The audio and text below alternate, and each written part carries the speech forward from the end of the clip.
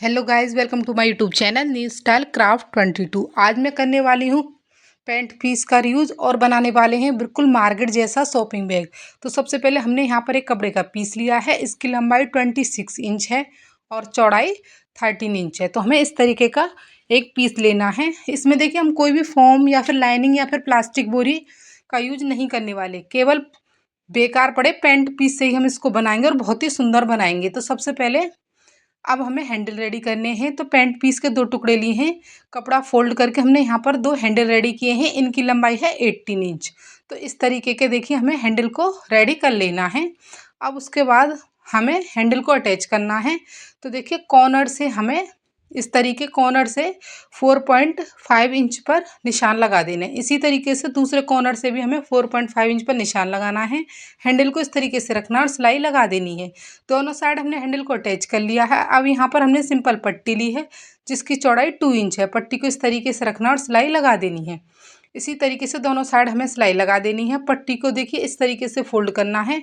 एक सिलाई हमें ऊपर लगानी है और एक सिलाई फोल्ड करते हुए नीचे लगा देनी है।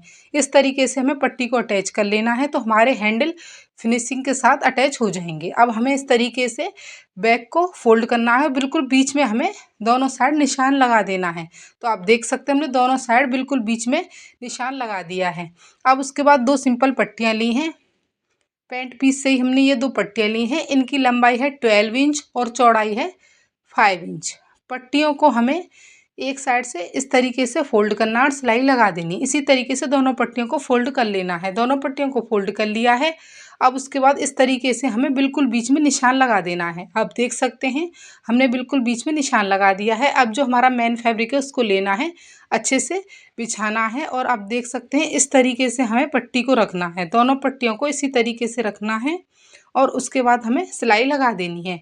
सिलाई लगाने के बाद अब हमें पट्टियों को सीधा पकड़ना है और सिलाई लगा देनी है। इसी तरीके से दोनों पट्टियों को हमें सीधा पकड़ते हुए सिलाई लगा देनी है। तो दोनों साइडों में हमने पट्टियों को अटैच कर लिया है। अब हमें सिंपल पट्टी लेनी है। ये पट्टी लगभग हमें 1.5 इंच चौड़ी लेनी है। पट्टी को हमें अच्छे से ऊपर से फोल्ड करना है।